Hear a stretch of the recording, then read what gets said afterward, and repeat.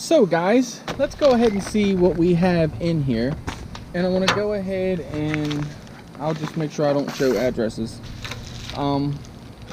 So let's go ahead and get into this one first. This is from Amazon. He's got a nice little tear on across the top here. You have to XM Plus receiver or FR Sky. Really cool. I have been better than a quarter of a mile on a FR Sky XM Plus receiver. The BetaFPV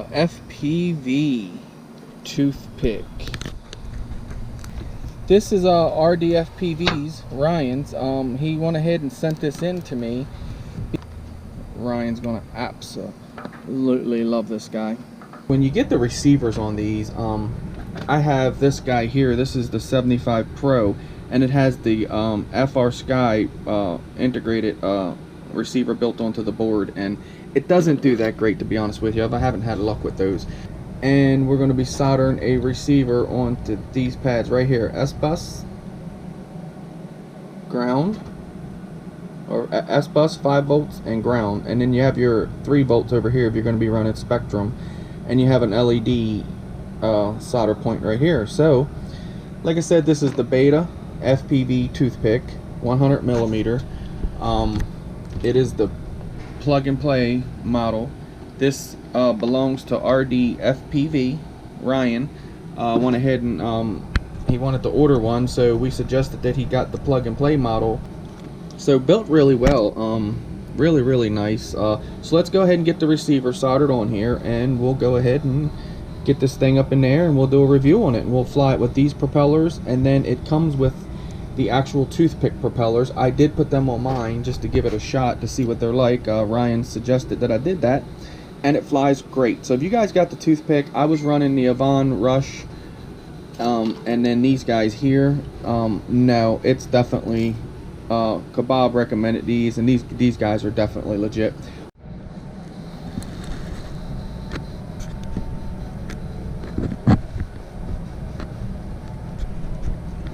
Trying to get you set up here so you can see what we're doing. So, put a little bit of solder on our tip, tap it off. And we're going to be going for this port, this one, and this one.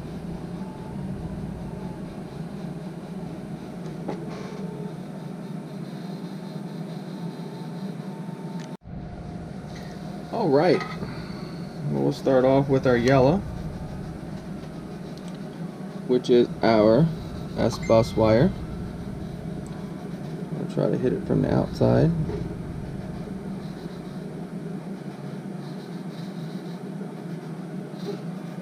Looks like it'll work right there.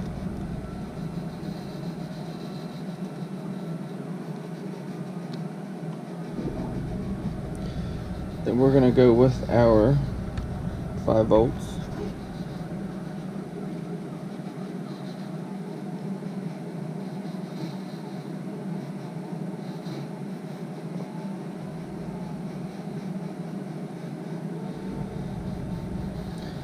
And our ground.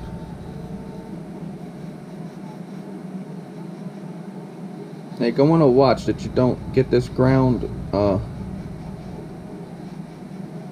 on with that let me get my tweezers here, on that X 3 volt pad for that Spectrum.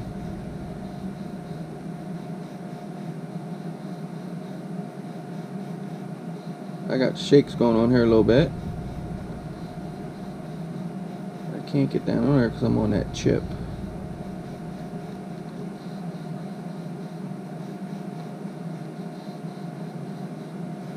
There we go. Which you guys know, FR Sky XM Plus. You know that's S-Bus, positive, negative. Okay. So now I'm gonna go ahead and trim back the wires here, and we'll go ahead and get this mounted. Stay tuned. Looking at mounting that receiver across here underneath the hood, but I'm concerned about it brushing on the VTX. So I found a really good spot to put it, and I'm going to run the wires. They're not going to stay like this. Like, I'll desolder them and then run the wires down through the frame. But I found a nice little spot right here in the bottom. And that makes for a nice buying place too. You know, you just open up the strap, and I'll go ahead and throw some shrink wrap around this, heat shrinks, right like here. We'll go ahead and shrink that down in there, and we'll drop it right down in the hole, and there you have it. But anyway, this come in as a P&P, plug and play, so I went ahead and removed the canopy and then soldered in the receiver. Like I said, put it on the bottom, put the bind button right there on the bottom, real easy to get to. Let's talk a little bit about this guy. So this is the, like I said, BetaFPV HX, I'm sorry, Toothpick, BetaFPV's version of it. The weight of it is 42.5 grams without the battery. It also has the FC and ESC in it. It has an F4 flight controller that can run 2 to 4S. Now that is crazy. 4S on this little monster. Wow, that would be something, I tell you. So 2 to 4S. They say it does very well on 3S. So I guess that's the happy place for it. 12 amp ESC in this thing. Wow. The motors are 1103 8000 kV motors.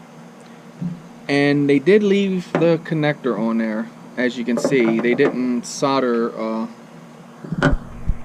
the motors directly to the board, so they are able to be replaced very, very easy just by removing them and plugging them and unplugging them and putting another motor on, just in case you have a crash and something that might take a motor out.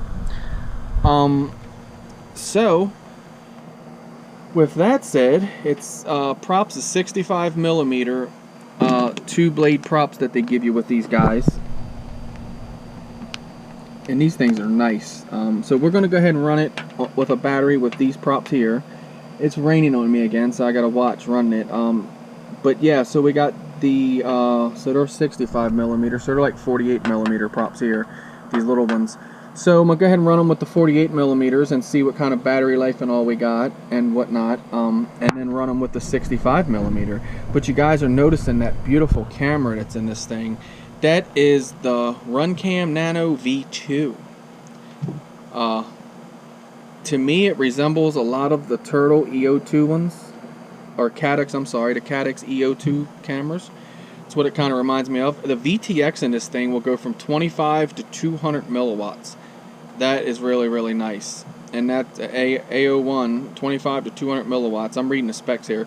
The frame is an HX100 carbon fiber frame. That's going to be their toothpick frame, because everyone's taking the BetaFPV 75X ones and making them into these. And I've done the same as well. I have 11,000 kV motors on mine, and it runs really, really well. The receiver option for this guy, you can either get you an FR Sky XM Plus receiver into it, or you can get a DSMX, or Fataba, or Fly Sky, or TBS Crossfire.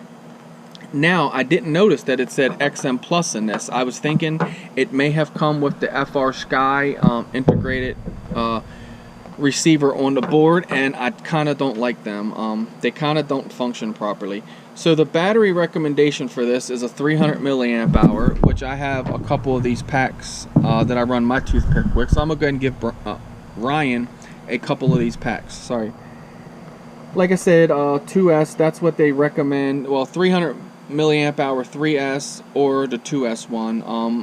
2S is going to work very well. You're going to probably get, I'd say, anywhere 4 to 5 minutes, probably, depending on how, you know, you are with your sticks. If you're, you know, run your sticks kind of smooth. If you're a hot dog like myself, you'll probably only get 2 minutes. But anyway, check it out. It supports one-shot 125, one-shot 42, multi-shot, D-shot 150, D-shot 300, D-shot 600. You know, so that's all. Like I said, this thing is pretty built. Peak current is 13 amps. So you can't go wrong. So I can't wait to get this thing up and check into it. It has smart audio included. That way you can go ahead and choose your settings that you'd like. Like I said, 25 to 200, that makes a big difference. That 200 with this XM Plus receiver is just a winner. You know, the camera for it, I'm kind of thinking of things I don't like about it now. The camera kind of, to me, even tightened down, moves kind of a little bit too easy. So maybe a shorter screw or a washer on the screw to go in here and make it look really nice, and that'll hold that camera a lot tighter. I'm just thinking in crashes you might bump the camera up like that, you see that, and these screws are about as tight as you're going to get them. So I'm MD95TSI, thank you guys for watching, and go pick it up. $109, and then your cost of the XM Plus receiver. Of course, like I said, they're running XM Plus in it as the FR Sky protocol, so that's a good thing. Alright guys, thank you for watching. Time to get her in the air.